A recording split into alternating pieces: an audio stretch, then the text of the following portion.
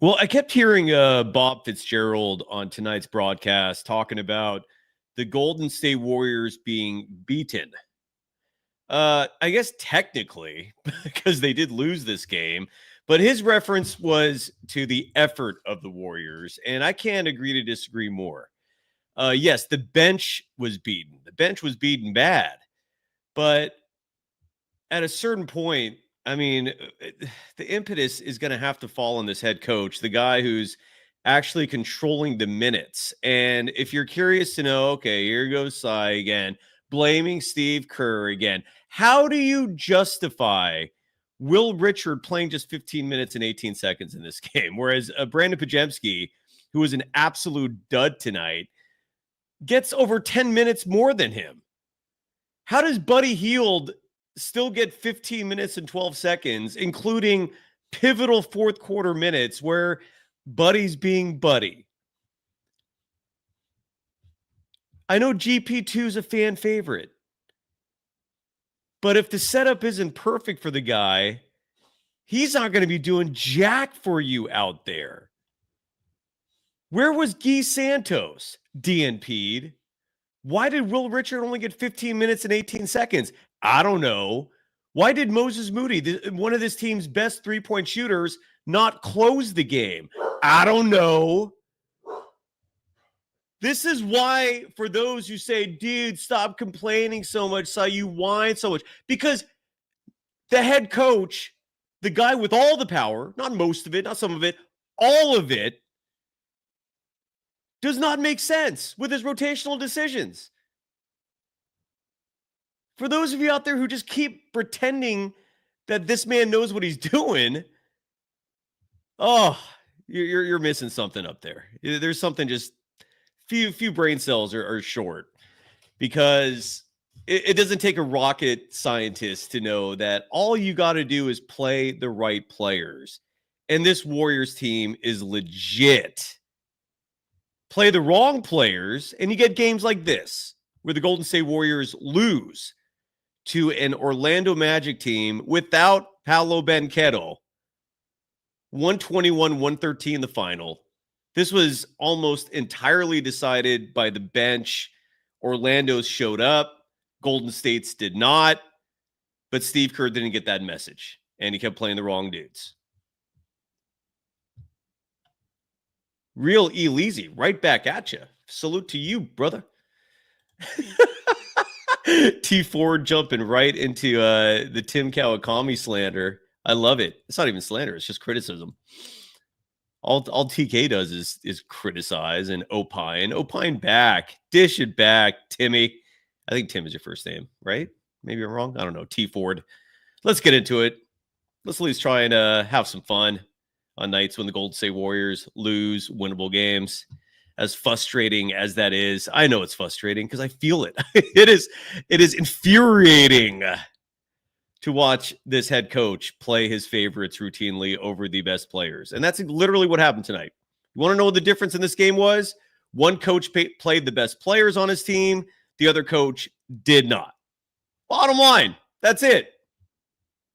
We are powered by FanDuel. Welcome to the Golden Days.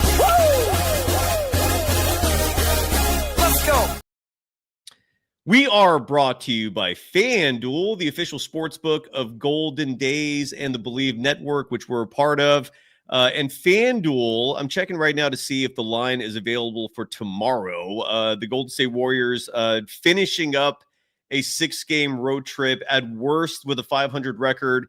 At best, they're going to finish 4-2, thanks in large part to that sweep in San Antonio. Side note, the Spurs, they got their ass kicked so hard by the Warriors in those 2 games that Victor Wembanyama is out indefinitely with a calf strain. And then earlier today, Stephon Castle revealed to be out indefinitely because of some sort of, I believe, a hip strain is what they're calling it. Yeah, the Warriors ran those guys out of the gym, and those 2 games single-handedly salvaged a road trip. Those 2 games also sadly masked a lot of issues this Warriors team has. When Stephen Curry is scoring 95 points in 2 games, yeah, your team's going to look good.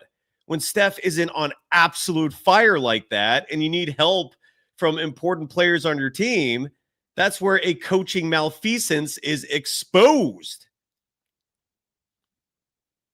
My name is Cyrus Saatsaz. You could follow me on Threads and Instagram at DogWild, the program on most social media platforms at Golden Days Pod. And again, we come to you live on a Tuesday night. Welcome, everybody. Following the Golden State Warriors, again, losing a frustrating game where outside of, look, Jimmy Butler was superb. Stephen Curry was superb.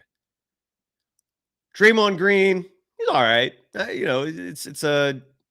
This was not the element for him to really shine. If Paolo Banchero was playing, this might have been a different outcome, largely because similar to games earlier this season where opposing teams did not have their stars and the Warriors succumbed, largely as a result of that. We saw that again tonight. The Orlando Magic missing Paolo Banchero, and as a result, they start spreading the ball out more. It's a lead by committee design.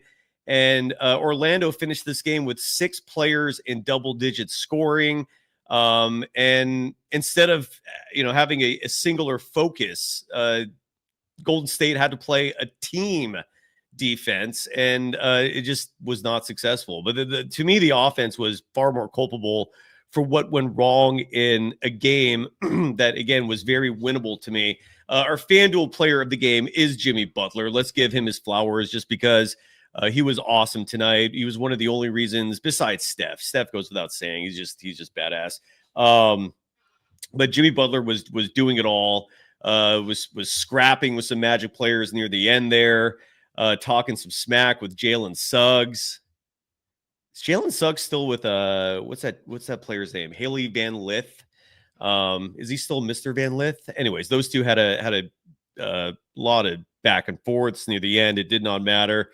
But Jimmy Butler, a player of the game, because he was 10 of 16 from the field, had 1 3-point attempt and missed it. But he was 13 of 15 from the free throw line, added 7 rebounds, 4 assists, 3 steals, 33 points for Jimmy Butler. The third was not enough, though. I'm going to post the link early tonight because why not? If you want to come on and talk, let's talk. Wardell, I want to read his box score real fast before we get into some details here and bring some fresh perspective via the audience tonight. Steph played 34 minutes, 13 seconds, 12 of 23 from the field, 7 of 15 from beyond the 3-point line. He missed 2 free throws, very uncustomary of the greatest free throw shooter ever, including a technical foul miss, and that technical was issued to Suggs. I think it was Suggs. It was Suggs and someone else. The other player might have been Anthony Black, who was just really annoying Jimmy Butler. But Butler did not get called to the tee late. It was I think it was Suggs. I think. Let me see if my box score actually reflects that. Yeah, it was Jalen Suggs who got called for that technical. Stephen Curry goes to the line to shoot the free throw and misses at the end. And that was pretty much your exclamation point on this game. But Steph tonight, just to finish up the stat line for him, because it was awesome. 12 of 23 again from the field, 7 of 15 from deep. The free throws 3 of 5, including that late miss from the charity stripe, courtesy of the technical foul.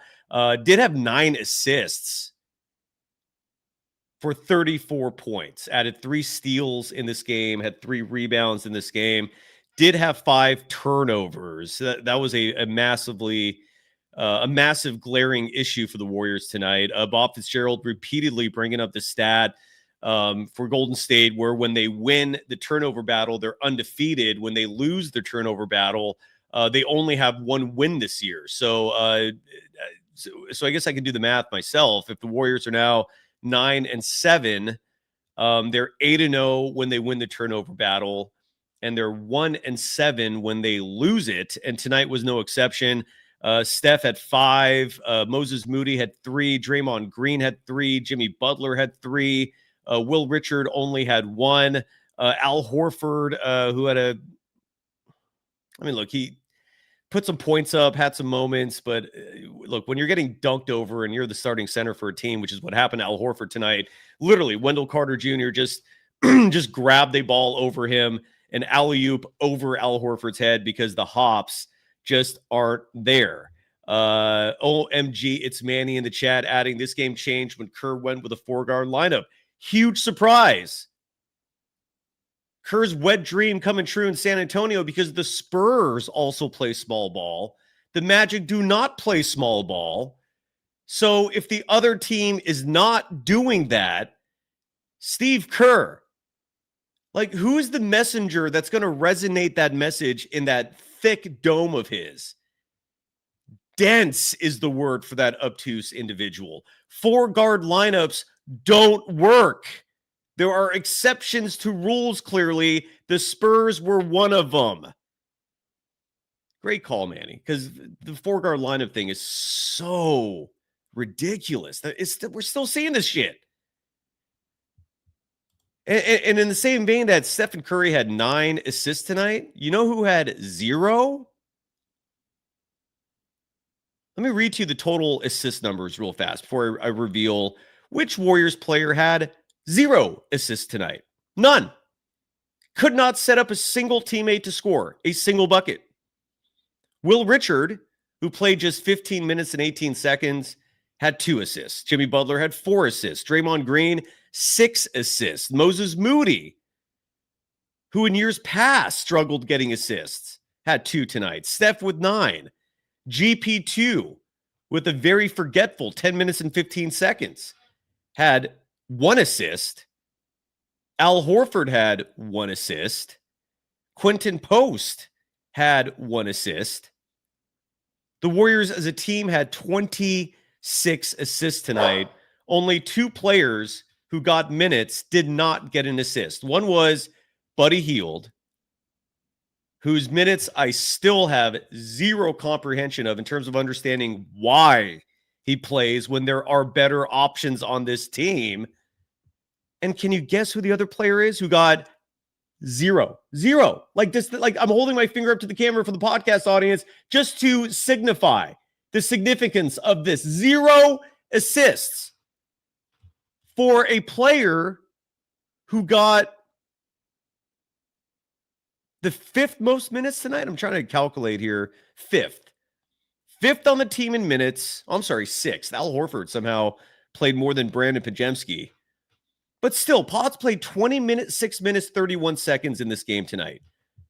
I noticed a lot of 4th quarter minutes because that seems to be Steve Kerr's kind of weaselly way of getting Pods his minutes without starting them. Kind of subtly playing his faves without making it obvious. Pajemski, 7 minutes, 21 seconds of the 4th quarter tonight. Indefensible. And yes, Brandon Pajemski had 0 assists. 5 points, 6 rebounds, 0 assists. 0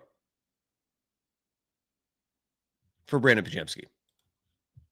And I see Steve Kerr talking to the media right now, coming up with whatever spin he's given, probably full of cliches. You know, they played better than us. You know, we didn't show up tonight. We didn't hustle. We didn't play our A game. Yeah, all just coach, just bullshit. Oh my God, that guy. The act's getting old. Harmony's in the chat bringing up a very good point, which is that DeAnthony Melton is needed. An audience, I hope you're happy that I went 14 minutes, 6 seconds without once mentioning Jonathan Kuminga's name. And I mention it now only because, yeah, this team will need him this year. Yeah, this team is not winning a title if he's not a part of this. Whether it's starting, coming off the bench, you need athleticism in this game to win. You can't just focus on fit and who you think are the best players. No, you play the best players. It's such a simple premise that this head coach doesn't get. But the DeAnthony Melton news in terms of him coming back soon, very much looking forward to that. Still no news about Seth Curry. Those worries coming more and more into reality where he's not expected to join the team until sometime in December. The reasoning unknown. They could have used him tonight. Is anybody in the media going to ask Kerr about that? I know Kerr's not the GM, but live in reality, please. Steve Kerr is a gatekeeper for personnel decisions, meaning the front office isn't just wheeling and dealing without bringing him in for consultation. He's going to have some clue why Seth Curry, Steph's brother, is still not signed on this team. It's asinine. Yeah, Ken Mama is literally asking, any news on Seth? No. Side on that note, by the way, this Friday, the Warriors are back home to play the Portland Trailblazers. Normally, Fridays represent Armando Lore coming on for Friday Happy Hour, but we will not have a traditional show. If I can pull off a short show live from Chase Center, I will, but I will be at the game, so forgive me for that. But there might not be a show Friday. Armando and I will maybe try to reschedule it for Saturday. We'll try to maybe jump into the press room, ask some questions. We'll see, but I'm jumping ahead. We're talking about tonight. Warriors Magic, not a fun result. Real easy. You usually do shows during the game. So what was your mood? How are you doing? I'm good. Salute. Sorry, how we doing tonight? Doing all right, man. How are you? Yeah, I kind of missed a lot of the game. I watched like the end of the third and the whole fourth quarter. But I mean, it doesn't surprise me. We're just not a physical team, and normally when teams out physical us, that's the team who wins the game. Like it was different with San Antonio. We out physicaled them two games in a row. Yeah. Like, you know what I'm saying? And New Orleans Pelicans, we brought the fight to them. We were more physical at the point of attack. And tonight, it was the mere opposite. Let's not even mention that the Pelicans are such a joke of a franchise. Did you see how empty that stadium was? That fan base does not give a shit. God, man, I don't want to. I hate bringing this up, but if you're not going to expand and you got to move a team to get a franchise back in Seattle, I don't see the defense for keeping one in New Orleans unless you do a massive shakeup either with ownership or something. Maybe a new arena is needed. I don't know. But anyways, New Orleans. No, I agree with that. Really easy. You're right about San Antonio in terms of the effort, but do not disregard the fact that it's a hell of a lot easier to put effort out and be energetic and look like a team that's matching the other team with energy when they're the same size as you. The only difference between San Antonio and the Warriors is Wemby is 7'7", Dre is 6'5", 6'6". You take those two out, and they're almost identical. So, of course, it's easy to look like you're like hustling out there and playing hard. They got Luke Cornett, too. Play small ball. You know what I'm saying? Yeah. Yeah, I mean, I agree. Like, but the way San Antonio been playing, they've been that team who's been, being more physical with a lot of players up until recently. But I knew that they will kind of tail off. Like, a lot of these teams are starting off hot. It's just, they're fool's gold. Like, you know what I'm saying? So, but for the Warriors, it's the lineups, man. Like, every game is going to be a different game. You can't win the game the same way. Some nights you can rely on your stars. Some nights you can rely on your role players. Some nights you're going to have to rely on your coaching. Coaching is going to have to win some ball games, especially if we're trying to make the playoffs late in the season and get into position. I do not want to be in a play-in game again for the 5th year or 100. It seemed like we're in a play-in game every year for the last 10 years. Like, what are we doing? I don't know what we're doing. Here's what's obvious to me. I think we all know who Steve Kerr wants to play the most, but who he wants to play the most is not going to result in wins. Big picture, right? You might get them in San Antonio here and there. You might end up being a team slightly above 500, maybe a play-in, but you're not winning a title with who Steve Kerr wants to play. And when I say who he wants to play, Steph, obviously, Pajemski, obviously, GP2, Draymond, and I guess Jimmy Butler would be the 5th. I'm guessing that is who his dream closing 5 is, even though that dream closing 5, it has no realistic chance as hell of doing anything. If we're talking about big picture, postseason, championships, deep runs, all that good stuff, you got to play your best players. Buddy Hield is another one. Buddy Hield, I don't get 15 minutes a night from him anymore. At what point are we going to move on from this experiment, man? He is not it. Him and GP2 should be at the end of the bench as your chemistry guys, as morale guys. If you want to mix it up and throw the other team off base, maybe give Buddy 5-10 minutes here and there just to space the floor and get a heat check from him to see if the shot's falling. But these Buddy minutes, like I don't know if you saw that sequence near the end of the game where what's the guy's name? It was Anthony Black was just unchecked for the easiest fast break dunk imaginable. And I think that was after a Buddy Hield turnover too. That was definitely his assignment. What is he doing out there? And why is Will Richard and Steve Kerr pulled him right after that fast break dunk that I think Franz Wagner got? He got yanked from the game, and he was displeased. Black who got the dunk, and but that's the same play. And you're right. But why was he even in the game in the first place? Meanwhile, the probably the best feel-good story of this season is Will Richard, who's starting. But what good is a player starting if all he's going to do is play 15 minutes, 18 seconds? Like, make that make sense, man. Like, Will Richard is already better than Podziemski. He's better than any of these options I see on the bench. And Guy Santos, who last year was a feel-good story. Why is he getting DNPs? He could actually give you size and speed and athleticism, but you DNP him so you can get minutes for GP2 and Buddy Hield? Steve Kerr, are you out of your mind? Like, this is crazy, man. Or maybe I'm out of my mind. I don't know. I don't even know what's going on anymore. I'm lost. We're watching the same game. But I mean, these delusional people will come out here and say, "Oh no, Steve Kerr is the reason why we got 100 championships." So, and never forget, if the next time someone pulls that shit on you, just fight back with KC Jones. 12 rings, dude got 4 rings as a coach. He's not even in the Hall of Fame as a coach. Despite that, because he had the Celtics dynasty of the 80s. That's where most of those rings came from. He coaches the Seattle Supersonics with Gary Payton and Sean Kemp. They ran him out of that building in less than a year because they realized right away, you don't coach, you just stand around and act like a hotshot. You don't do jack shit, buddy. And so they ran him out the building. And that's what exactly what would happen if Steve Kerr decided to keep coaching with another team. He wouldn't last a year, dude. Like, he has no idea how to manage most players. And he clearly, I've never once criticized the scheme. I've never once criticized the play calling, but personnel decisions, rotational decisions, that's a huge part of the job. Adjustments, in-game adjustments, right? Not like scripted pre-game planning, like a feel for for what's happening in front of you live. He lacks that part of it tremendously, dude. It's sad. It's sad.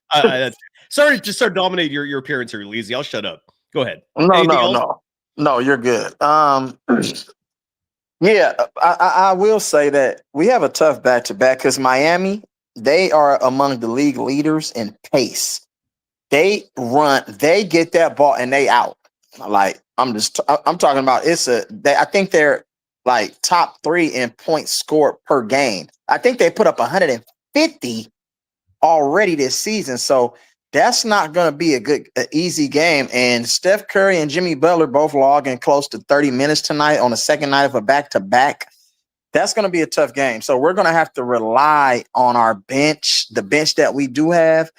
Hopefully, Will Richards can get some minutes, but it's going to be a tough game. Like, and by the way, sometimes we have people who show up new, and this is one example, really easy, of someone who is a casual observer, and the casual observers, again, because you have a massive sycophant behavior from the media when it comes to Steve Kerr, they just bend over for this guy and hero worship him. So you have folks like Ben Yantamine, however you pronounce that. I apologize if I mispronounced that. I likely did. And Shri, I see you. I'm going to bring you on in just a second. Writing, is this YouTuber out of their mind? He is blaming the coach when the bench players did not perform. Let me push back again, because you either came in late or you were not paying attention clearly. I'm blaming the coach because there are certain players who should have been playing. These bench players who did not show up tonight, they haven't been showing up all season. But the underperforming from these same individuals is masked on nights when Stephen Curry is playing out of his mind. Or Kuminga at the start of the year was actually, part of the rotations with Dre and Jimmy Butler. Those net rating statistics, by the way, still hold up. It's not like those numbers have tanked. But when Buddy Hield, like when this person writes, where was Moody, Podziemski, Buddy, and Horford? Yeah, Horford stunk up the joint for the most part, and I'll happily continue pointing a finger at him on nights like these where he doesn't show up. Moses Moody, I didn't think had a bad game. Well, actually, yeah, he did. He had a bad game. Fair enough. All right, but my pushback to the Moody criticism here is, where was he in the fourth quarter? I will never agree with Steve Kerr when he makes rotational decisions that involve a younger player, especially who needs to continue developing his confidence, his feel for the game. I'm never going to sit here and defend punishing a player for making inadvertent mistakes in a game by not letting them finish the game. And Moses Moody played less than half of that fourth quarter. Now, the Buddy Hield minutes and the other player this person calls out, Podziemski, why are they even in the game in the fourth quarter? That's the whole reason why I blame Kerr, Ben Yamtamani, however you pronounce that. Why is Podziemski ahead of better players in the rotation? Podziemski should not be playing over Will Richard, and neither should Buddy Hield. Plain and simple. And if Will Richard doesn't show up, fine. Then we'll criticize the players and not the coach. But when the coach is playing lesser players, yeah, I'm going to point the finger at the guy who has all the power. All the power. Do not pretend that Will Richard has power here. Do not pretend Moses Moody has power here in this dichotomy. There's only one guy holding all the power, and that's Steve Kerr. And so I'm going to start my criticism with him. And side note, Moses Moody had, again, it wasn't a good night for Moody, but if you're going to keep defending Kerr, again, are you also defending the fact that Brandon Podziemski is ahead of Will Richard in the rotation? What did Brandon Podziemski do tonight? He did nothing, and he should not keep getting these minutes. Buddy Hield did nothing. He should not keep getting these minutes. GP2 did nothing. He should not keep getting these minutes. And that is my criticism for why I keep calling out the head coach. Sharia, I'm going to bring you in now while we still have real Elise. Sharia, how are you doing? What's your reaction? Am I overreacting? I feel like you're a good kind of check on me in terms of whether or not I'm maybe going too far. Am I going too far with the criticism tonight? How are you doing? No, you're not going too far. Hello to everyone. No, you're not going too far. The minutes that Moody played, I think he just was utilized wrong. He was on the floor with the wrong lineups. That's what the issue was. He kept putting him in with the wrong lineups. Also, if we have so many people creating shots and getting shots off of back doors, why isn't Trace in? Why isn't Gee in? It was the rotations, definitely the rotations. And then how are we going to deal with Miami and our veterans have played the way they played today? I don't know. And the Miami game, again, is tomorrow. I was paying attention to the minutes because I thought a huge goal this season was to not wear out the three core veterans, Steph, Dre, and Jimmy. Yet at the end of the first half, I was appalled because Steph at the end of the first half had played 17 minutes. Jimmy had played 17, closer to 18 minutes. Mm-hmm. And they finished this game well above. I thought 30 was supposed to be the number to keep them at. Steph plays 34 minutes, 13 seconds. Jimmy Butler played 38 minutes, 14 seconds. I don't know what's going on here. I really don't. We'll play some sound from Kerr in just a second, but I agree with you, Sharia. The rotations were bad. Mm-hmm. Mm-hmm. Elise, any final thoughts before we bring some other folks onto the show tonight? Salute to Sharia. Nice to have you on the show again. Thank you. I will say that I want Steph less threes, more mixing it up because he's shooting plus 50% on shots inside the 3-point line. And he's getting to the free throw line a little bit more. Stop settling so much. Like we could have easily won this game if he maybe takes 8 threes and maybe some of those potential, shots inside the 3-point line could have been some layup and one opportunities and get the traditional 3-point play that way. So I would like Steph to mix it up and stop shooting like at least 80% of his shots is threes. He's much better than that. He's a better driver, in my opinion, than people give him credit for. So I would just say mix his game up more. And the whole reason I even started bringing up those minutes, besides the fact that it's too much for Steph and Jimmy, they're playing a back-to-back. So I don't know what the plan is tomorrow in Miami. The optimists keep telling me, there's a bigger plan here with these minutes. They, like Will Richard, for example, getting 15 minutes, 16 seconds. Like maybe they're saving him for a bigger role tomorrow. I don't know. But look, man, you gave a lot of key players a lot of minutes tonight. I have no clue what the plan is tomorrow night, unless Trace Jackson Davis has a role because he got DNP tonight. I really hope we see Guy Santos playing in tomorrow's game. I thought he should have played tonight. And Steph played 34 minutes tonight. I don't understand what the goal is here if you're trying to preserve these key players for the postseason. We're in November, and Kerr's already running these guys into the ground over relatively innocuous regular season games. By the way, OMG, it's Manny, who I think is based in Orlando. Manny, did you go to the game tonight? Dropping $1.99 saying horrible rotations by Kerr. I could not agree more. Real Easy, promote your YouTube channel before you go. It's just that, the Real Easy. So salute, Sai, salute, Sharia. Y'all have a blessed night. Beautiful. Have a great night, brother. And I see actually OMG, it's Manny's going to join us in a second. I go in chronological order here. Sharia, you're the exception because you're talent. So let's go to why Kerr isn't fired. Sweet hat. I love the hat. How you doing? Yeah, what's up, everybody? Hello. Yeah, man.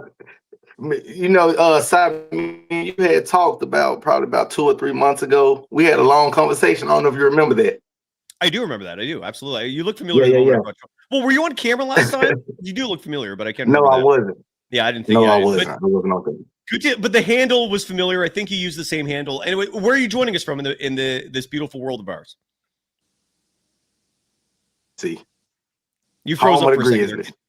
Say again. You froze up. I'm in Memphis. I'm in Memphis, Tennessee, home of the Grizzlies. Hell yeah, dude! Your Grizzlies that's a whole other story, right? Where does your interest in the Warriors come from? Are you from here originally? You just love Steph? Like let's start there. Just a Steph fan. I kind of been a Steph fan since about 2013. The year when we lost to the Clippers. No, I think it was the Clippers that year. Yeah. 13, okay. They lost to the Spurs. Yeah, it's when the Spurs won a championship or something like that. And I was like, we took the Spurs to like 7 games that year, and I was like, man, this is the next team. So that's when I started liking the Warriors or whatever. But I'm calling tonight because I'm really just trying to see like who Kerr knows to keep this job. Like, what information do he know about Joe Lacob or Peter Gruber that's keeping him with his job? Because the coaching decisions, only a blind man could not see the things he's doing. Like, I got some notes written down because I don't just want to get up here and forget about everything. Okay, so first I want to talk about the starting lineups, because why do you change starting lineups every 1 or 2 games? I don't get that either, man. I do know entering tonight's game, the Warriors had 8 different starting lineups, so I guess tonight would make 9.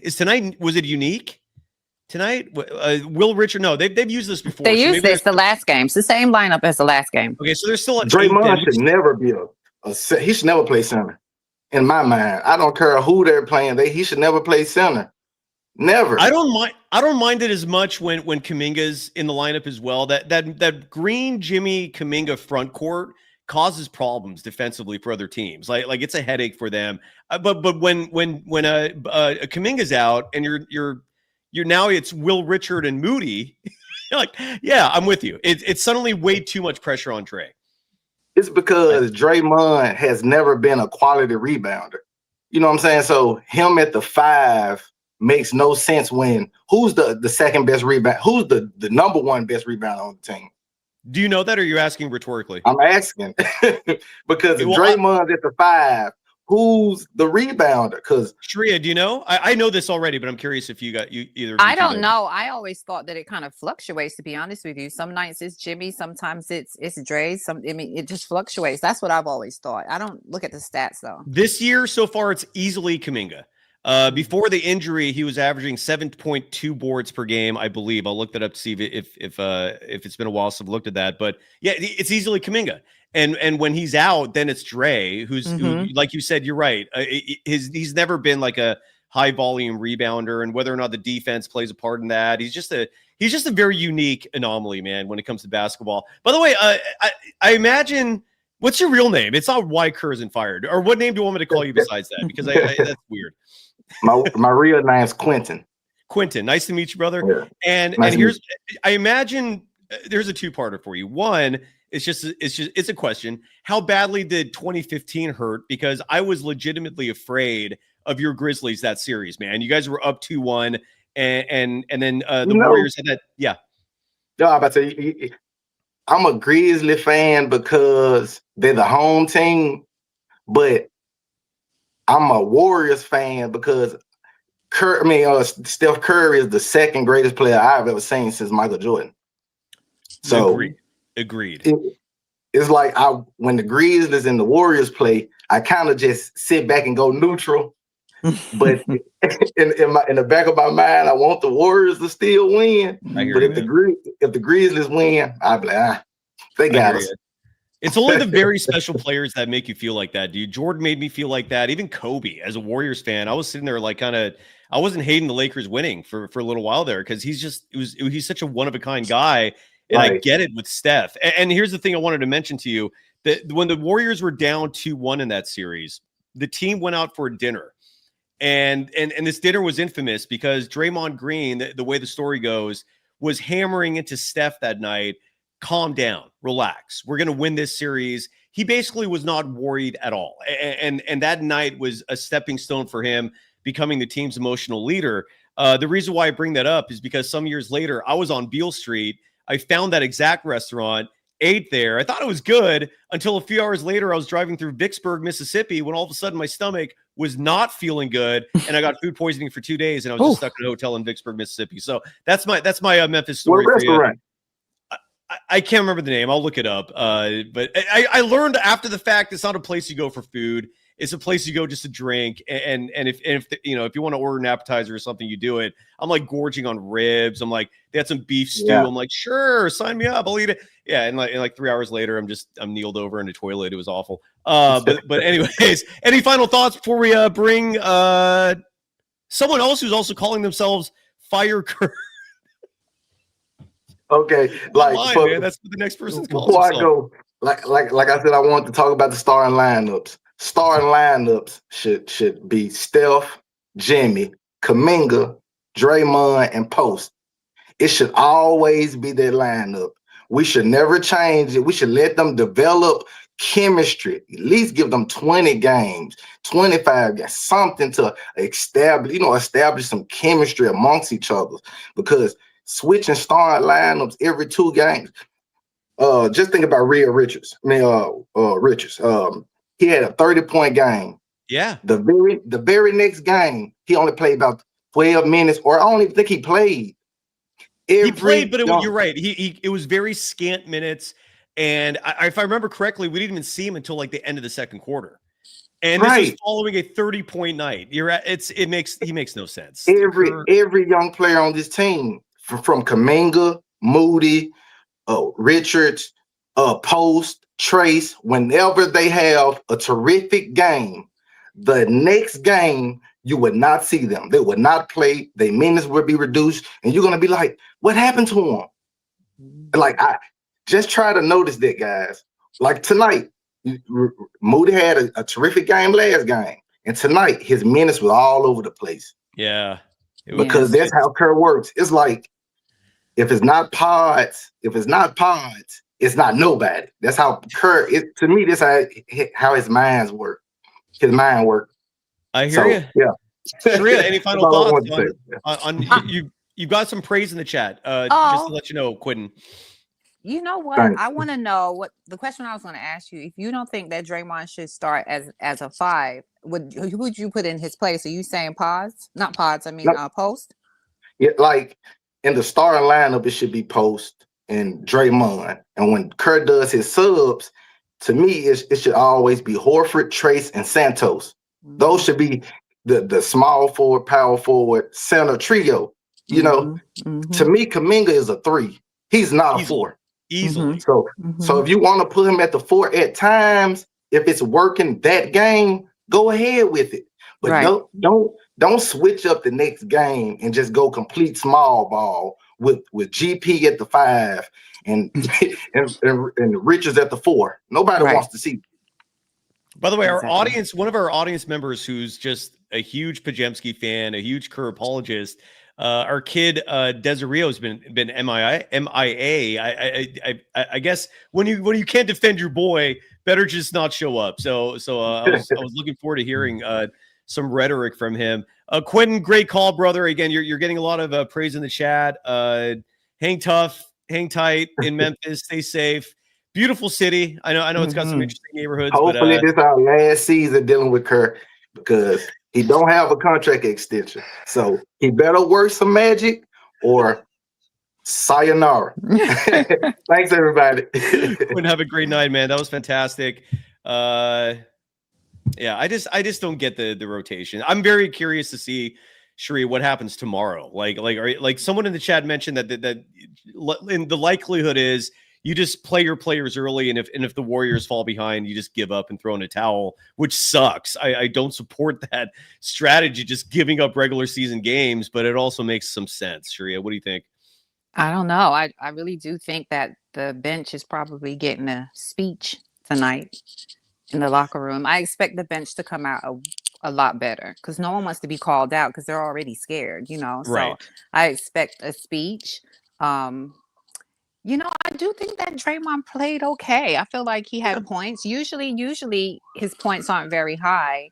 It's usually his rebounds and his assists, but I felt like he had a pretty decent night. I see where he delivered. I see where he tried, Podziemski, it's like beating a dead horse. I mean, his defense, I feel like my arms are longer than his. I mean, to be honest with you, his defense is awful. And teams notice that, they blow by him. And I see that they try him. Like they tried him a lot. They were very aggressive with him. He is targeted. He is. Yeah. He is. It's crazy. And he also I saw GP2 miss an easy layup. I saw Podziemski miss an easy layup. Podziemski late in the game also had what should have been an easy drive blocked. I don't know if you noticed that as well. Oh, I did. And if he didn't make that 3 at the very end, a worthless 3, he would just have 2 points. He finished with 5 on a night that was just ugly. It was not a good look for him. Sharia, what do you think about the fact that when Al Horford plays, the Warriors are now 7-4. They're 9-7 on the year, which means they're 2-3 without him. A little weird. Your thoughts? I don't have any thoughts about Al. I'm happy when Al shows up, to be honest with you. I'm grateful when he shows up, and that's about it. I don't expect much from Al.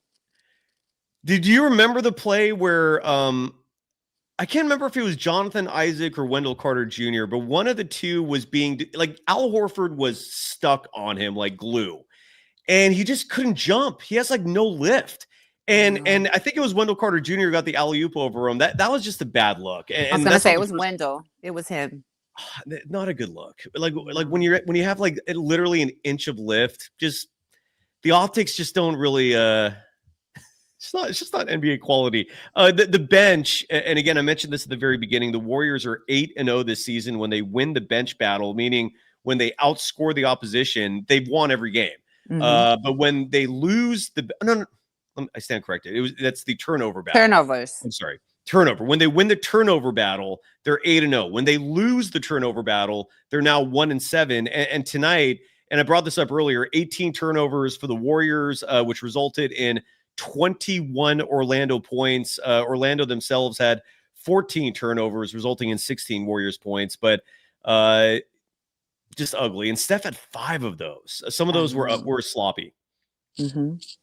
Jimmy, what were your thoughts on Steph tonight? Because 2 missed free throws, Not customary. I thought he played good otherwise. I think he played good, to be honest with you, but it's kind of hard when you know that you're playing good. You know, you can rely on Jimmy, you can rely on Draymond, but the other pieces aren't, to be honest with you.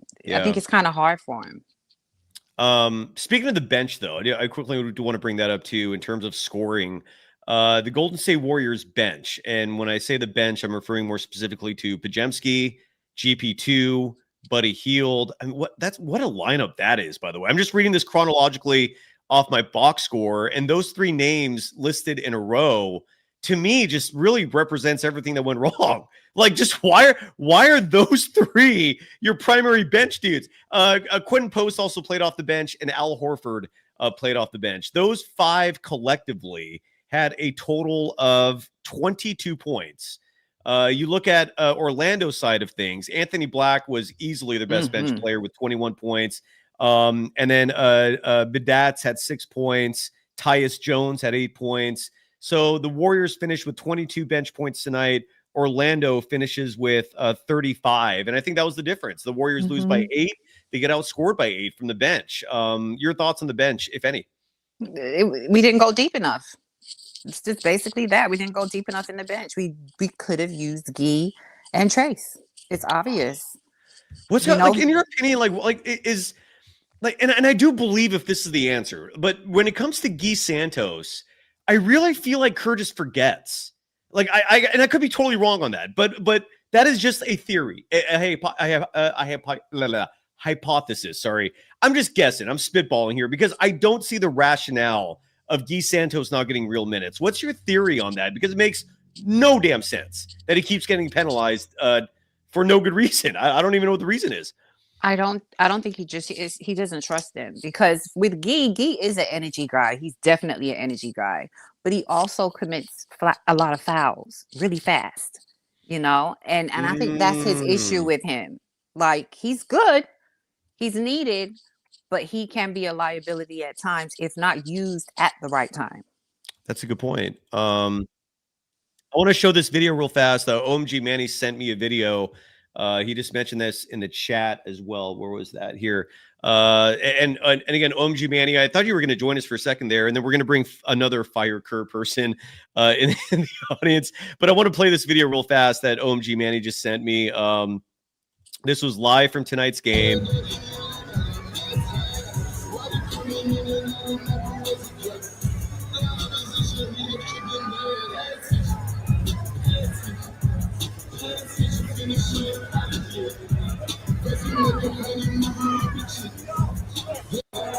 And so the purpose of this video,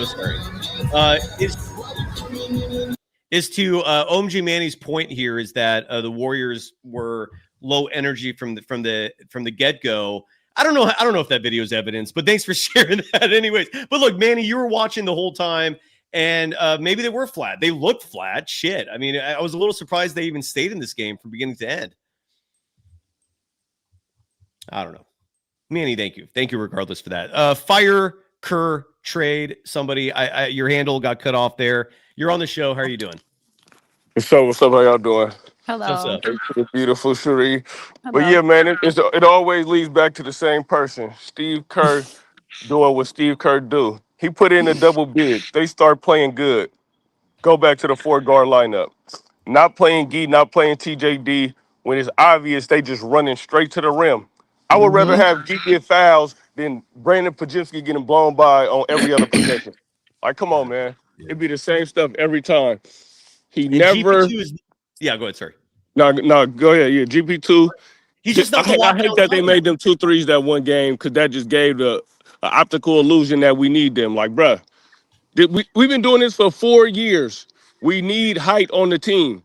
We need people with positional size.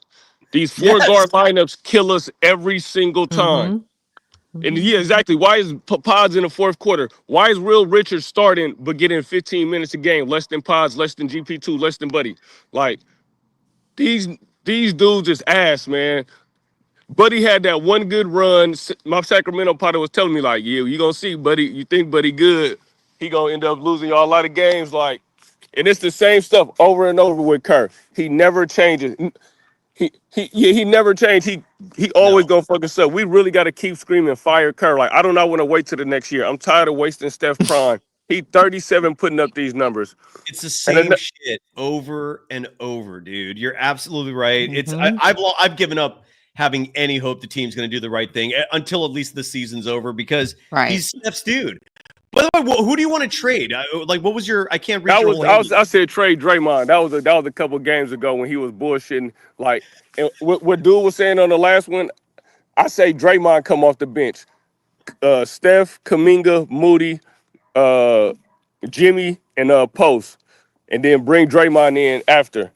So I think that'll kill way harder than any other lineup.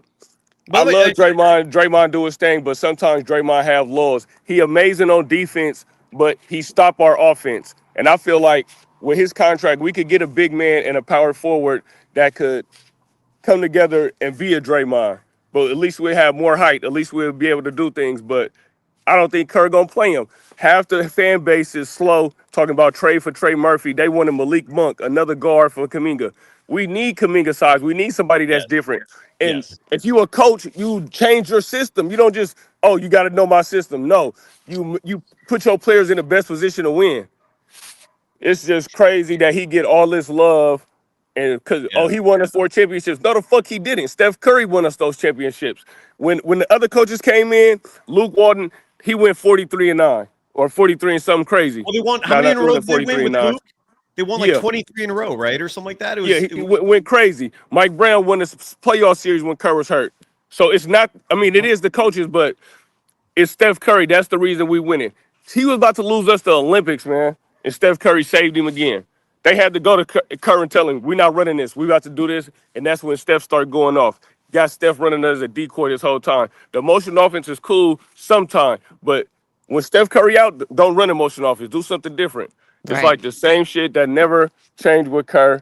And it's like he don't got no assistant coaches. When Stotts was doing his thing last year and he was getting all the praise, Kerr went right back to his offense like, nah, y'all giving the other coach too much praise. Shit was crazy.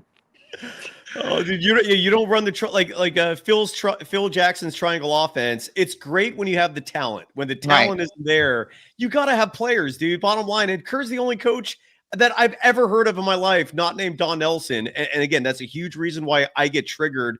I'll admit it happily that I get triggered about the small ball shit. I grew up for like 10, 15 years watching this not work. And now we have another coach doing the same shit again. And they did not win titles with small ball. They might have wanted with like medium-sized ball where the guys weren't like 6'9", 6'10", but you play 6'7". Andre Iguodala is 6'7", 6'6". Dre is not small to begin with. Clay, all tall players. Yes. And it's like, I hate the media. Like, our Bay Area media is so trash. TK, whatever his name is, he talking about, we won 3 games without JK. I'm just saying, like, bruh. And we also won with JK against Denver. So it's like, we can't keep putting it. Steph always had to save us. If Steph didn't go crazy against the Spurs, we would have lost that game because we don't got no size. Mm-hmm.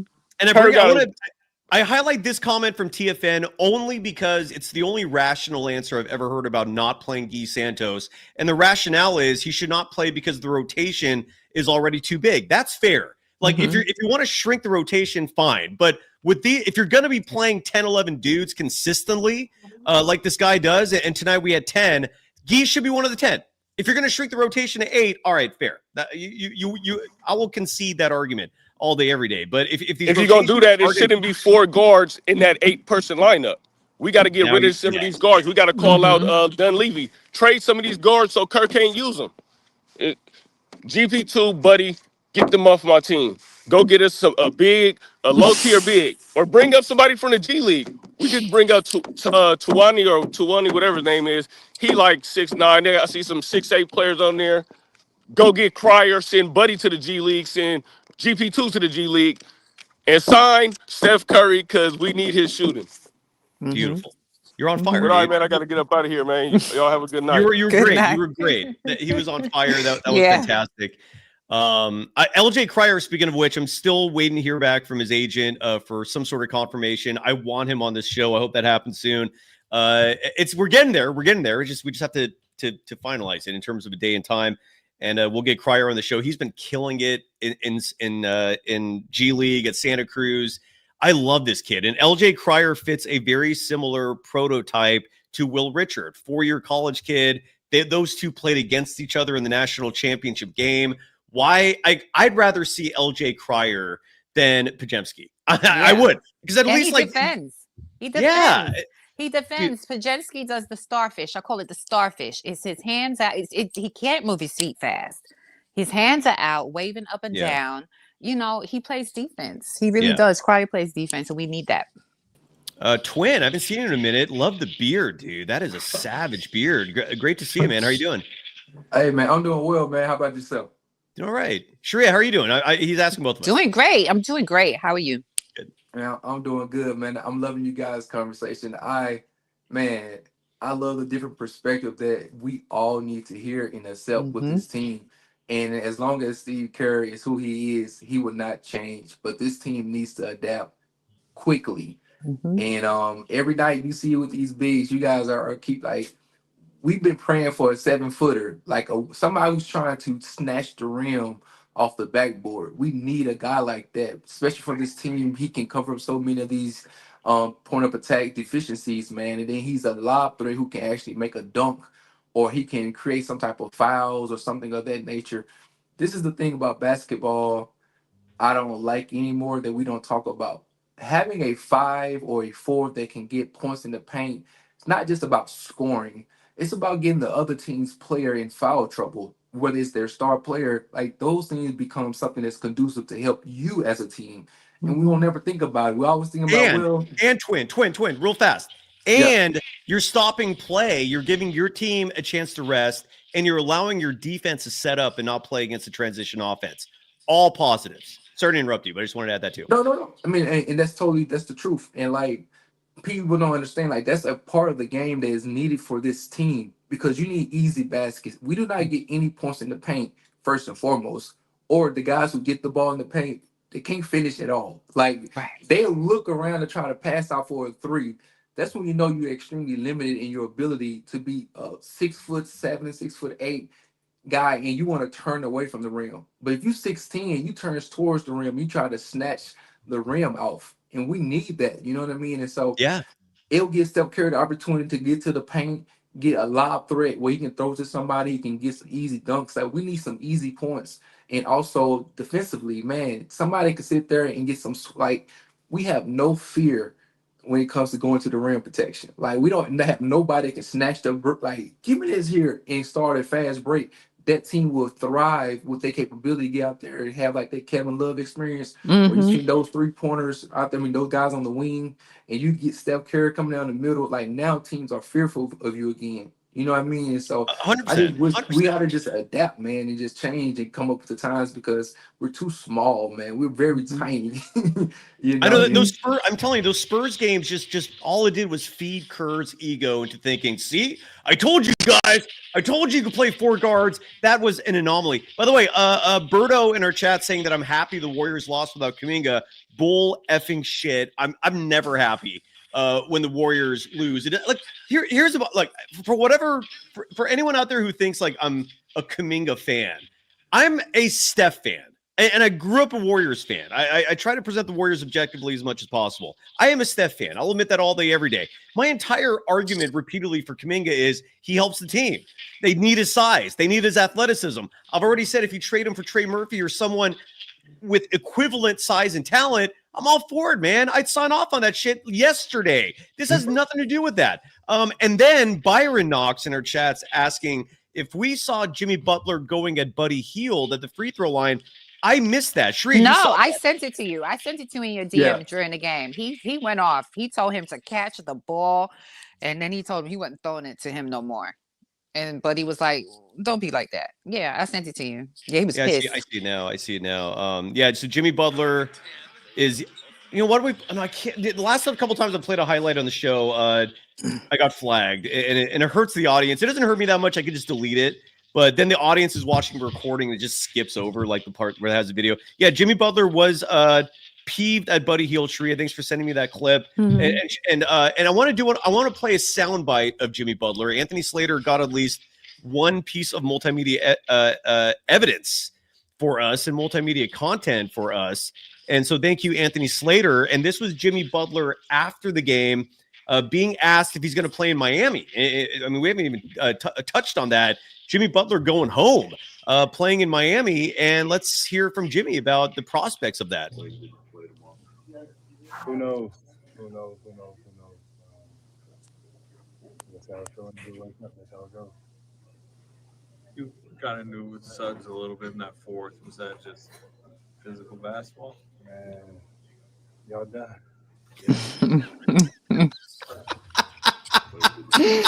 Whoops. So there we go. So we don't know if we're going to see Jimmy Butler. That's kind of interesting. Sheree, I'll start with you. Why would we not? I'm confused. Why wouldn't we see him? Back-to-back heavy minutes. Well, I'm guessing. I don't know. Unfortunately, Jimmy, we're going to have to see you because we can't see anybody else. There's nobody else. I know. Twin, what are your thoughts on that, if any? Hey, I mean, there's no lies told. Man, you can't have this many guys every other week having to decide if they're going to play in the back-to-back right now. This to me sounds so cocky and arrogant, if you ask me. It's like I'm telling other people in the league, I don't even have to really play my guys. We think we're that good that, we can just take these nights off and we go tell you guys we want to take these nights off. And y'all don't expect these other teams to come out there and try to beat your head in? Come on, man. These guys get paid too. You know what I mean? We're not that good to sit there and say we can waste 15 games. Like, bro, who y'all think y'all are? No, he's playing. Yeah, that's what I'm like. And I don't know what the status is of Kuminga. I don't know. I have no clue if he's going to be available tomorrow. I will say this. I don't think it helps his knees, which is what he's suffering from. He has tendonitis in at least one of his knees. I don't think it helps that he's constantly battling dudes much bigger than him night after night. When we're talking about the wear and tear of individuals, look, Draymond Green is a one-of-a-kind beast. He is an anomaly, dude. And Steve Kerr runs him to the ground, and he can handle that. That's awesome. He's durable as shit. One of the most durable athletes I've ever seen in the NBA. I don't think most players fit that typical type of individual. I don't know. But see, those most players. Drake can handle it into the fourth quarter, and his 3-pointers always are short. Like he's good first 2-3 quarters. He got you in 1-2 threes. The fourth quarter, offensively, that's where he becomes. He doesn't look at the rim. Just check out his stats. He doesn't finish very well. It's because he's focused only on defense. Because offensively, he's spent and he can't do anything. And this team suffers because of that. And Draymond Green tonight, 2 of 3 from deep in the first half. Piggybacking off what you said, 0 of 2 in the second half. Yeah. And those threes look short. Like they weren't even close. I was going to say his legs are gone. He's out of breath. He's huffing and puffing. Yeah, I see it. Twin, any final thoughts, man, before we bring some other folks on? Oh, man, listen here. I just love objective opinion. I love it. It's so good to hear something different. And, man, I appreciate you. Every time you come on or you have your thoughts, it's always good because I'm like, why don't people see this? And so y'all keep going, keep up the great work. It was good hopping on here with you guys. Yeah, always. Let's go get these pictures tomorrow. Man. That beard looks good, dude. Is that your real hair too? Yeah, that's all me. God damn, that's savage. I love it, dude. That's a good look, man. That's a good look. I'm a surfer, so when I see that style in the water or even out of it, dude, I just immediately praise. I have to. It's just a reflex practically. But salute, man. Hey, go follow your boy though. Twin Empire on YouTube, man. Give me a follow on YouTube. Hold on a second. Well, let's do it right now live, and hopefully this will help you out real quick. So it's literally just Twin Empire, one word. Yeah, Twin Empire, one word. All right, I'm going to subscribe to you right now, and I'm going to do it in front of everyone else so they can see it as well. Hold on. You just got to confirm that this is the right account here before we bring on Bloomer Vibes is going to come on the show next. And this will be the final roll call for the audience tonight so we can start wrapping it up. Grateful that these East Coast games, I'm grateful for that. It's nice starting and ending earlier. Twin, is this your account? Yes, sir. All right. We are subscribed to you, sir. And everyone else, please go out there and subscribe to Twin Empire as well. If you're looking for the handle, exactly, he does have this little underscore at the end. So just in case you might have problems finding it, add that underscore. I simply typed in Twin Empire, one word, and it came right up. So Dude, look at the look on you, man. How long did it take you to get that beard and this hair and all that? Like, this doesn't happen overnight. No, it really doesn't. It's been a long process, man. It's been about 6 years now. It is like you gotta invest in that. Sharia, you are a professional stylist. What are your thoughts on this savage look by Twin Empire? I love it. I think it's groomed very well. I really do. I agree. Thank you very much. Good look, dude. How are the ladies? Are you in a relationship? Are you single? And if you're single, like, how are the ladies responding to it? Positive, negative? What's your perspective? I'm in a relationship, but it's positive. I can't lie about it. Good. So your lady friend likes it.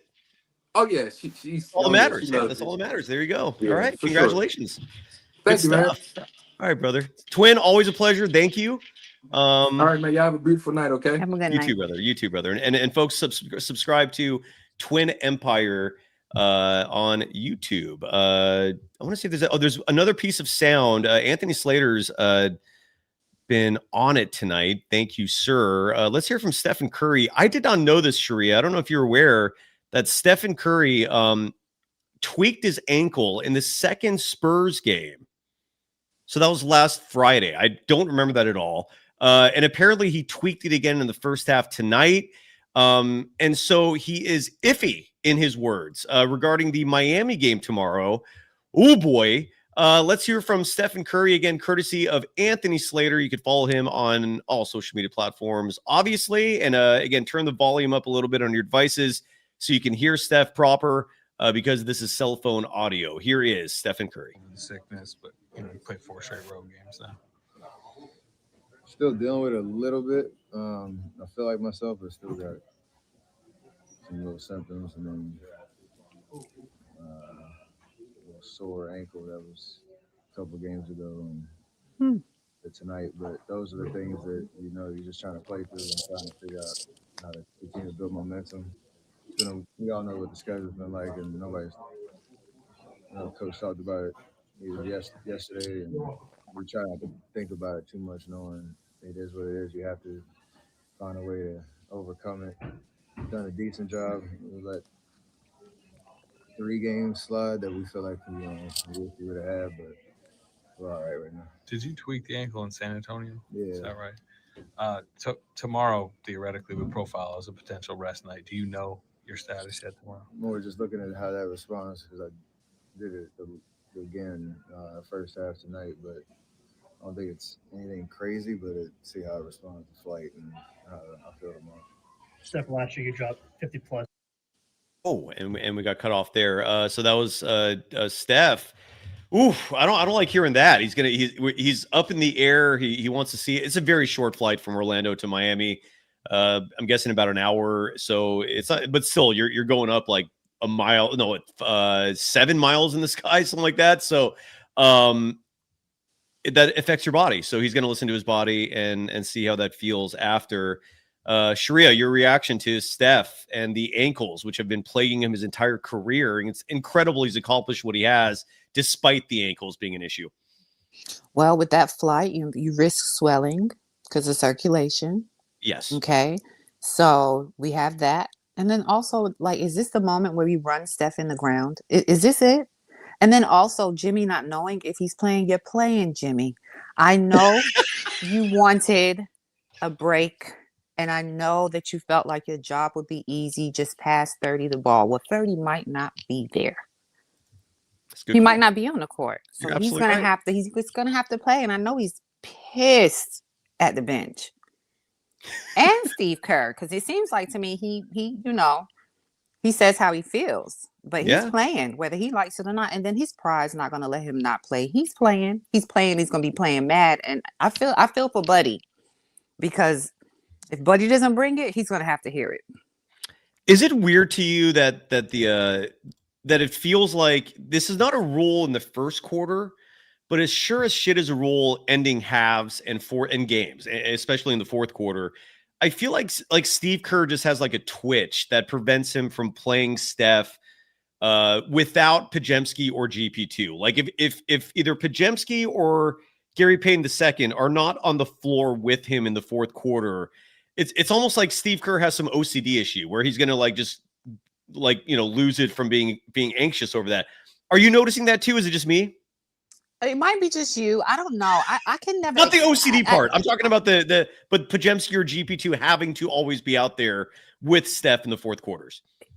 For some reason, Steve Kerr, I think with GP2, it's almost like a comfort for Steph a little bit. That's what I think. I could be wrong. I think it's a little bit like a comfort. So I feel like that's why he's out there. Podziemski, I have no idea. I really don't. I don't know. I don't even have the answer. To be honest with you, I don't. It's bad. KKS is asking if you're from New Jersey. I know you live there. Are you from there too? No. I can't remember. No, I was born in Birmingham, England. I was raised in South Carolina, and I live here now. And I'm Jamaican blood. England. How old were you when you moved to South Carolina? 9. Okay, but you shed the accent. I'm 44 on Sunday, so I've been here. I grew up here. Thank you. Happy early birthday. Thank you. But still, I don't hear any of that English accent. So, it comes and goes. You'll hear the English accent. You'll hear a Jamaican accent. You'll hear a little bit of here. You'll hear a little bit of South Carolina. It's the remix. It's everywhere. Nikki Bizzle in our chats asking, when do we see Seth? We talked about this earlier.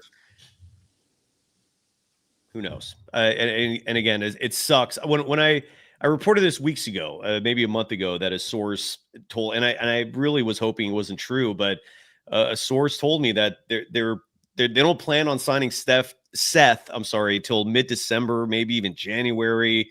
And if and when they do, he's just going to be he's going to basically be playing the role that I'm arguing Buddy Hield and GP2 should be playing, which is end of the bench morale type guy. Not someone who's getting real NBA minutes in 2025. It's crazy to me. Let's bring on this incredible voice. Sharia, you met him before. Aim assist. Not only does he have that Barry White type, just deep baritone in the vocal cords, but he also is the king of the mic drop. Aim, I'm gonna shut up because I want to listen to you talk. How you doing? It was good, son. You? Yeah, bro. It's the same thing every time, bro, to be honest. Like I said, Al Horford, I keep saying this, bro. Him having any type of significant role does not work with this team because on the Celtics, they have multiple offensive players who are either A tier or like Jason Tatum, S tier. We might have two. We might have two of those type of players in A or S tier. But yeah, it's the same thing every time. Every time. And why does Pods and I remember last time I came on here, I said that Pods had a good game. I did not know he was averaging that many minutes. I did not know that. That's actually insane. I did not, because I'm thinking like Pods had a good. Didn't I see he's averaging 20? Like, nah. I didn't know he was averaging that many minutes. I'm going to jump in 1 second here and just to add some context. Brandon Podziemski currently third on the Warriors in minutes. Jimmy Butler's first, averaging 30.8 minutes per game. This is not including tonight. Stephen Curry second, 30.6. Brandon Podziemski third, 28.4. He's crazy. Third? Yeah, he's third. What? No. Crazy. No. Absolutely insane. Way. And there's only one person who makes that decision. Just one person is responsible for that. And people wonder why that guy drives me insane. It's like, really, you don't get it? Like what? It is wild, man. What does he see in Pods? Like himself. Like himself. I don't get it. He sees himself. Minus the shooting. Right. He sees himself. I'm telling you. Like I'm not I agree. Like I don't get it. Like when I see Pods, it's like okay, and Pods be stat padding too. Because at the end of the game, right? When it's over, all of a sudden he can hit threes. He got all this burst of energy. Nah, you stat pad, bro. Stop it. That's why when you check his stats, he's averaging like 40-some% from it. Yeah, because he's stat padding. Someone in the chat asked, I forgot who I lost to. I'm sorry, but someone was asking who's fourth and fifth in minutes on the team. Fourth is Draymond Green, 28.1 minutes. Jonathan Kuminga, fifth, 27.7. And in case you're curious, Moses Moody is sixth, 24.2. Al Horford finishes up the 20 or more minutes per game players at 21.6. So there you go. Yeah, and it's crazy because a lot of people was when we won against the Spurs. Oh my! Look, see, we're winning without Kuminga. We're winning without Kuminga. And then when we lose and we actually need him, everybody's hiding and everybody's quiet. And because those fool's it gold, doesn't make man. sense. Those games were fool's gold. And we pointed that out after the first one. You needed Steph to have these heroic nights. I mean, 45 and 49? That was the total, right? 46 and 49, I think.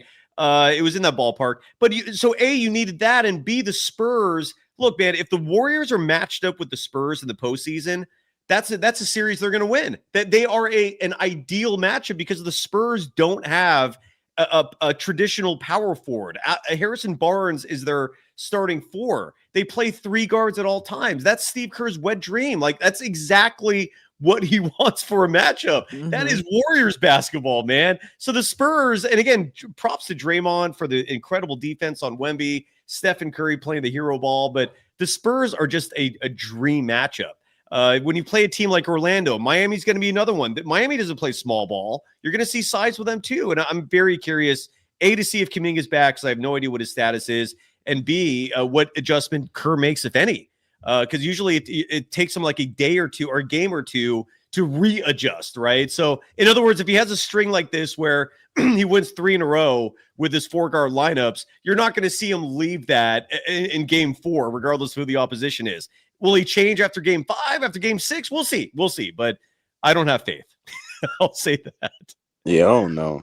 And Buddy Hield is cardio, man. So, like, you know, like when he goes out there, bro, he doesn't do anything. Like, seriously, nothing. Like, he does nothing at all. And the crazy part about it, there's a thing called the Buddy Hield cycle, and he hasn't been good at all. So there's no cycle. He just ass. That's it. We might see the cycle in January. We might see it flip back if it's not too late by that point. But yeah, for all the people that complain about the youngsters and consistency, where are your complaints about Buddy Hield? Like why are the complaints about consistency reserved just for the youngsters? I always hear that complaint about Kuminga, Moody, Pajemski, just Trace Jackson Davis, Quentin Post. They're not consistent, bro. But Buddy Hield's fine. You're not going to bring him up. GP2's fine. You're not going to bring him up. Be consistent with your criticism if you're going to levy that accusation, because Buddy Hield is not consistent. You're absolutely right. It is a cycle, and you got to pick the right time of the cycle. Yeah, when is Melton coming back? Does anyone know? Like, is there? No one knows. I don't think even Celebrini knows yet. Sorry, Sharia, were you going to say something? He started practicing. Remember, he started practicing again. So, I mean, he's revving up, but when he's coming back, we don't know. But he has started practicing. We have more. Before you go, Aim, let's play another soundbite. A few more people come through with clips here. We heard from Stephen Curry about his ankle. We saw a frustrated Jimmy Butler talk about his spat with Jalen Suggs. Sam Gordon of the San Francisco Chronicle with another Jimmy Butler clip. This one here, he's talking about what is he talking about? Turnovers. So let's hear from Jimmy Butler. Jimmy Butler bringing up the key issue with tonight's game being turnovers. Again, turn the volume up on your devices just in case the audio is low. Courtesy of Sam Gordon. Here is Jimmy Butler. Turn the ball over a lot of bit, which leads to us as Mike getting back in transition. They got some costly offensive rebounds, and that's the game. You're a low turnover guy. You guys are a high turnover team. How frustrating has that been to you? I'm not gonna say it's frustrating, but I can't expect for my guys not to turn the ball over when I'm out there turning the ball over. Like, I've always been one to lead by example. So if I'm turning the ball over, I guess it gives everybody else a right to turn the ball over. You just got to get back to giving a damn about every single possession, which is easy, but it's definitely going to start with me not turning over. Turn the ball over a little bit. And respect to Jimmy Butler for talking about being a leader by example. Also important to note the turnovers. Jimmy Butler had 3. In case you were curious about the all-time greats, starting with Michael Jordan. Jordan, I think, averaged 2.7 turnovers a game during his peak seasons, like his really good ones. So if you get the minutes, you're going to turn it over. I say 3 is like the line for the heavy minute, like star player types. Like, you're going to make some mistakes here and there if you're playmaking. I wouldn't put the impetus on him personally for the turnover battle, but Sheree, I'll start with you. What were your thoughts on Jimmy Butler's comments? I mean, he looked kind of tired. He did. He looked tired. Ooh. Aim, you I mean, agree? Go ahead, Man, Shrey. I'm sorry. Jimmy trying to run from Miami, bro. That's all it is. He trying to run from Miami. He don't want to play. Why would he do that? Come on, Aim. Come on. Nah, that's what it is. That's what it is. He running. Shrey, you agree with that sentiment? You know what? Maybe so. Maybe I don't know, but he's got to play. He doesn't have a choice because Steph's ankle. So, Robin, you'll be playing. Fair enough. And one more soundbite from Sam Gordon, Aim, before we let you go. Sam also interviewed Steph, and Steph was asked what the Magic did exactly to win this game tonight. So let's go back to the soundbite one last time. Maybe one last time. I don't know. But here's Stephen Curry talking about what Orlando did to win this game. Yeah, we knew this was a good one to get, and the Orlando's playing well, but without Paolo, it's going to be a fast-paced game, and they made every answer to our runs. We had some self-inflicted wounds with turnovers that gave them easy buckets. At hard times throughout the game, we just could never get over the hump, and disappointed for sure because I felt like we played well enough to win, but those lapses gave a young team confidence, and they took it and ran with it. Yeah. Whoops. Sorry about that. And that was Stephen Curry. Shree, I'll start with you. Your reaction to Steph bringing up turnovers. That does seem to be the theme tonight for the Warriors. Steph's the king of them, to be honest with you. Yeah. And I love him. He is the greatest. I'm a huge supporter, but he can get butterfingers a lot. He just does. I'm surprised at Jimmy more so than Steph. I kind of expect Steph. I hate to say it, but I do. But it's Jimmy that I'm surprised by. Aim, what do you think about that? And kind of same thing too as well, to be honest. Mm-hmm. It is weird. Like, you can never predict when Steph's going to have a high turnover night, right? Like, there are games where he'll have one. Like, all those games where he had these huge scoring outputs against San Antonio, for example. Let me pull that up real fast because I'm dying to know how many turnovers he had in those two games, and I don't have it memorized. Here we go. So the second game when Steph scored 49 points, turnover-wise, he had 3. Which is still a decent amount, but it's not 5. He had 5 tonight. And then in the first San Antonio game, that one he poured in, 45, 46. Stephen Curry had 46 points and 1 turnover. You just can't predict it. When he's trying to get going and he starts doing a lot of dancing, when he's trying to get going is when he has the turnovers. When he's going, when he's rolling, he's not turning the ball over. He's and G4M in our chat bringing up those one-hand passes. I never. You always know you're in trouble when you see that. Aim, any final thoughts?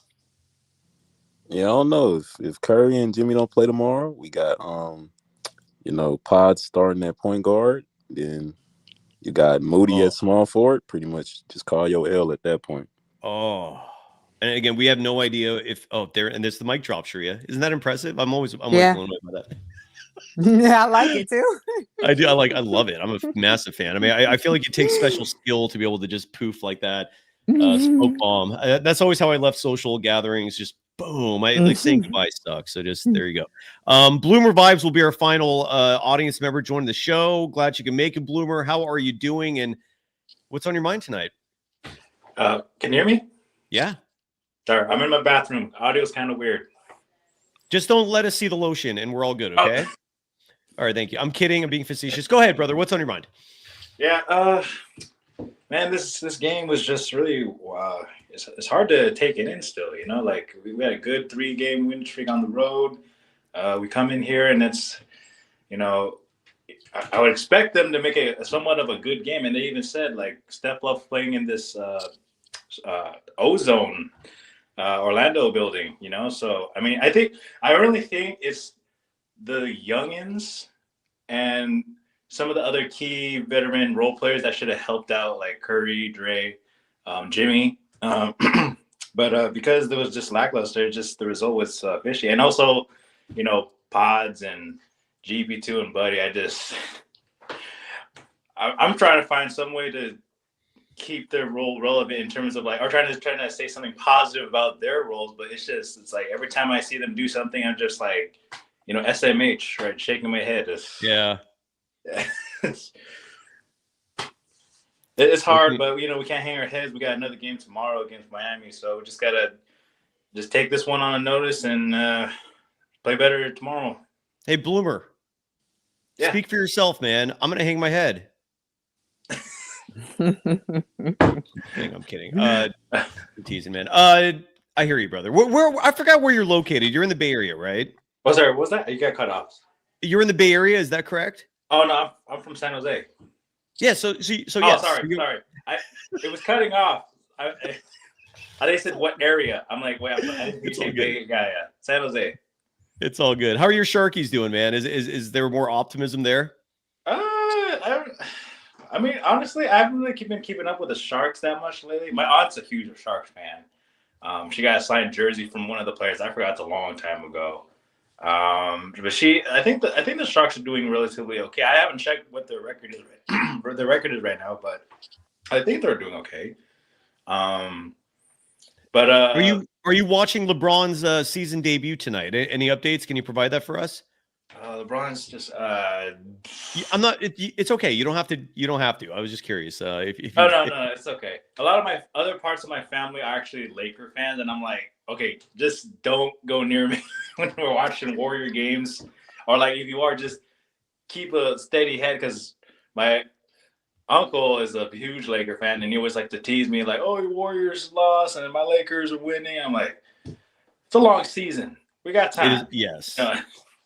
We're gonna lose games here and there, but I mean, I'm really hoping because JK's out with injury, obviously, and I really wish this coaching staff, man, they got to see the potential in these youngins. Like, I don't think it's Bloomer. I don't think it's a staff issue. I think it's a individual one person issue. His name is Steve Kerr. Yes, and all the additional evidence you need is the fact that. Way back opening night when the Warriors beat the Lakers and they went with that lineup, that closing lineup, which with the exception of Al Horford, I think that could be switched up depending on the matchup. But the four best players on this team, to me, it's indisputable. It's Steph, Jimmy Butler, Draymond Green, and Jonathan Kuminga. And the fact that Steve Kerr needed his assistants to remind him that lineup is a thing, that it exists when it's right there in front of him on paper and in real life that was just all that was the cherry on top of what I already suspected and pretty much knew as a fact for many years that this is a Kerr thing. And he's always going to start off with what can I do to make Steph happy? And then the second notion is, okay, can we win a title? But it always starts with Steph and what he thinks Steph is comfortable with. Because I can promise you this, I could tell you this objectively as a fact. Steph is not going to Steve Kerr saying, I feel better with GP2 out there. I feel better with Podziemski out there. He is not saying that to Kerr. Kerr is making that decision on its own. And it's why I get frustrated repeatedly. And so do a lot of you. Yeah. I really think we should have done more in the summer, to be honest, because if we bolster up the lineups and really got some, I mean, I know I keep track of your streams. I've been watching you saying when can we get Seth Curry back? I'm actually excited about Seth Curry, because he's obviously Steph Curry, but then they got that chemistry going. Even though some people comment, they say, oh, the real Splash Brothers. I mean, I'm not going to take anything away from my guy, Clay. I like Clay, but he's with his own problems with the Mavericks. So, bring him home, man. I even have his jerseys and everything and bobbleheads. It's all in my room, but. Bring Clay. I'd rather have Clay right now than Buddy, than GP2, than Podziemski. Bring Clay home, man. Will the Mavericks take those three straight up? I would do that trade in a heartbeat. Can we do Podziemski, GP2? Yes. I mean, and Buddy Hield. I think the salaries would work actually to make that trade. Anyways, all right, Bloomer. Any final thoughts as we wrap it up? Final thoughts. Was good to meet you guys again, and obviously now. Yeah, but I'm also we just gotta take this, just flush down the drain. Not literally, because I'm in the bathroom. Not trying to be funny. No, flush it down. Prepare for tomorrow against Jimmy's former team, and hopefully we can go from there in a positive manner. So, I hope DeAnthony Melton and Seth Curry come back soon too, or DeAnthony Melton. I hope they can get Seth Curry because I think they said tax issues is the reason why they're holding it back. But yeah, which sucks because legally, you're right. Legally, they can. As of November 11th, legally, it was an option, but he's not cheap. Like, because he signs for the veteran minimum, and the Warriors are in luxury tax territory. So it's not like they're not just, in other words, Seth Curry will cost about $2 million and change, but it's really closer to like $12 million because of all these damn taxes. So yeah, every day that he's not signed, they're probably saving like tens, if not hundreds of thousands of dollars, which is crazy if you think about that, because just one of those days, like, I'll take it. like I think a lot of people in this world would be like, I'll take that one day, that one day salary, please. Also, that could last me a good year. So I think that's what the Warriors are thinking. But if they're all about championships, like, stop waiting, man. Pull the trigger. Let's see Seth in a Warriors uniform again. It's been way too long. It's been way too long. Have a great night, brother. Thanks, Bloomer. Have a good night. Joining us live from his bathroom. I love that. All right, let's go through the scoreboard and wrap it up. Shree, anything you feel like we missed in terms of talking points? No, we pretty much covered everything. I think so too. Pretty much covered everything. I don't know. I don't know how the Golden State Warriors came into tonight's game 10th in the NBA in bench points. How is that possible? Like, who's coming up? Somehow that stat is real. It also, I'm guessing that stat is also going to go down after tonight, but they came into into tonight's game 10th. Had some people in the chat saying Chardal, our typical closer, is not going to make it tonight. But we always have him in spirit. Even when Chardal's not here, he's still letting you know how to spell the name of the program. In reference to the Matthew McConaughey movie Dazed and Confused. Yeah, exactly. So, and if you're ever trying to look for us, Golden Days, Days is spelled like... Days in reference to the Matthew McConaughey movie Dazed and Confused. There you go. So, Chardal, you're always helping us out even when you're not here. Sheree, you mind if we go through the scoreboard before we call it a night? Go right ahead. Beautiful. And the date, what is the date? It's the 18th already. Where is life going, Sharia? I don't like any of this. I don't know. Like, this is crazy. If you're on the younger side watching this show, I think the average age of this program is early 30s. And you're asking yourself, does this ever slow down? I really hate to tell you this. No, it just keeps getting faster. So it does. Make the best of it. Just make the best of it. Elsewhere in the association on Tuesday, November 18th, a few games on the docket. We have one actually that hasn't even started yet, which is crazy. And that's the Trailblazers hosting the Suns. Yeah, that's the Peacock schedule there, the NBC Peacock schedule. So that has not even tipped off. But one game going on right now, the Jazz and the Lakers. And the Jazz currently lead in LA 36-27. Chances are, if you're watching this, that game will be over. But I am curious to see how LeBron's doing. LeBron started, and right now, oh, I love this. He's a minus 12 in net rating in just, how many minutes? In 7 minutes of play. Far worse than everyone else. Like, the next lowest is Luka Doncic with a minus 7. Is LeBron a minus 12, 0 points, does have 2 assists and a rebound, so, and 1 turnover. There you go. So that's your LeBron James stat line through 1 quarter. I'm sure that's going to change as we go along. Earlier tonight, the Boston Celtics 113-99 winners in Brooklyn, just down the street from where Sharia is. The Celtics improved to 8-7 on the year. Brooklyn falls to 2-12. Peyton Pritchard, who just keeps getting better and better. For the folks who hate on Bob Myers, do not forget that Peyton Pritchard was on his radar. He tried to trade for him a couple years ago, or a few years ago, whenever it was, and Boston resoundingly said, no, we're not letting him go. And you see why. The guy can play. Michael Porter Jr., 25 points, 6 rebounds, 3 steals in the loss. Sharia, is there a consensus in your part of the world regarding Michael Porter Jr.? Because he is a character. Well, he's just having fun. yeah, you can say that. That's one way to put it. He's just having fun. That's it. He's having fun. It's a different version of him. No one expected this version, but he's having a grand old time from what I can hear and see. Oh, are you kidding? He's got like hundreds of millions in the bank account. Yeah, who wouldn't want to be Michael Porter Jr. right now? But his team does suck, and they drop again to 2-12. Two more games and we're done. The Detroit Pistons, who are on fire after a relatively slow start. Side note, both Mark Haynes and I in our over-under show guaranteed the over for Detroit. The bookies, FanDuel, our sponsors and dear friends, set the OU for them in like I think the low 40s. It was one of the most ridiculous things ever. So I hope you listen to us and are going to make some money soon, because the Pistons improved to 13-2 on the year. They go into Atlanta, take care of business, 120-112 the final. Cade Cunningham, 25 points, 6 rebounds, 10 assists in the win. Jalen Johnson, 25 points, 8 rebounds, 9 assists in the loss. Sharia, what are your thoughts on the Pistons? Because at 13-2, hey now. Talk about physical. You think Orlando's physical. They are physical. They are big. They are gritty. And they don't give a F. They are a problem. Another problem. Yeah. And everyone talks about Amen Thompson of the Rockets. His twin brother, Osser, is with the Pistons. And same thing. Same thing. Copy and paste. Same thing. You're running into the same thing.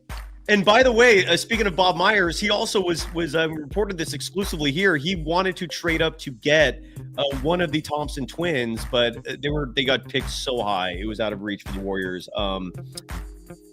As Simon too in our chat adds, Bob Myers was handcuffed to a large degree. Yeah, he made some great moves in the process as well. And one final score, and we're done. The San Antonio Spurs shorthanded because Victor Wembanyama is out for the foreseeable future with a calf strain.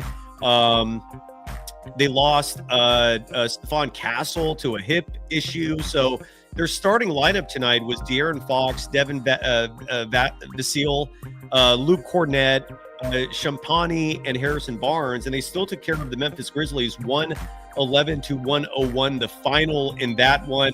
Harrison Barnes had 23 points in the win. Did you have a chance, Sharia? We'll finish on this note. Steve Kerr made some comments in pregame tonight pertaining to the pace of the NBA, saying it's so fast now that population there. And I don't know I don't know if he's just making an observation, because I have no clue if, for the sake of argument, what he's saying is true, what the solution is to that. Like what are you going to do? Try and encourage them to sound went out. I didn't hear it. Your sound went out as you were saying that. I apologize. And if it went off for everyone else, I apologize too. Steve Kerr is basically blaming the pace of the modern NBA for all the injuries. Did you get a chance to see that? I didn't see it, but I feel like I've heard him say that before, to be honest with you. I mean, listen, Steve. Steve's got to work on his rotations before he can blame anything on injuries, because you're running our starters in the ground, sir. You cannot, you are the wrong person to sit up there talking about the pace of the NBA. No.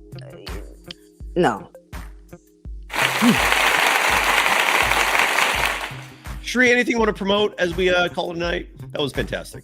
Oh, no, just, Relief for Jamaica and Navia Nail Lacquer can be purchased at navia.shop. And I want to promote optimism and peace. We got another game coming up, and let's just, be optimistic and just be peaceful about it. And, just good vibes going into it from the fan base. Are we going to see you tomorrow night? Yeah. Up in the air? Mm-hmm. Yes. All right. Well, come back. Shri is back tomorrow, so I got to co-host another night. We will see you tomorrow night, Shri. We'll see everyone tomorrow night. Let's hope for a better result. It's the Warriors and the Heat. And here's some tremendous good news. Speaking of optimism and all that positivity, you were just sharing with everyone there, and I love it. We can never have enough. The Warriors' schedule is going to be so easy compared to what we're seeing now. Mm-hmm. And it's going to start lightening up, I think, right when we pass Christmas, meaning what like Bob Fitzgerald made a reference to this in the game tonight, that the Warriors, of their 41 road games, they're going to play half of them by New Year's Eve. It's going to be so much easier once they get through this. And my only fear is that they're going to have these stretches of games where they play these really weak opponents. And then Kerr's going to have like his belief of these 4-guard lineups reinforced, because you can get away with these lineups when you're playing other shitty teams. You can't get away with it when you're playing elite teams who have size. Like, that is my fear. And I said I was going to be positive. So let's stay positive. I'm trying to tell folks it's going to get better. It's going to get easier. And the schedule is going to be way lighter than it is now. Way less back-to-backs, easier strength of schedule, a lot more home games. So stay tuned for that. I'm excited. Exactly. There you go. All right. I guess we're done. Are we done? Tomorrow night, we'll be Tomorrow here. night. And one more time, Chardal, how do you tell the audience how they spell the name of the show so you can go there and check out our Golden merch Days store? in reference to the Matthew McConaughey movie Dazed and Confused. Thank you, sir. Sharia, thank you. You are phenomenal. As always, thanks to the audience. Bye-bye.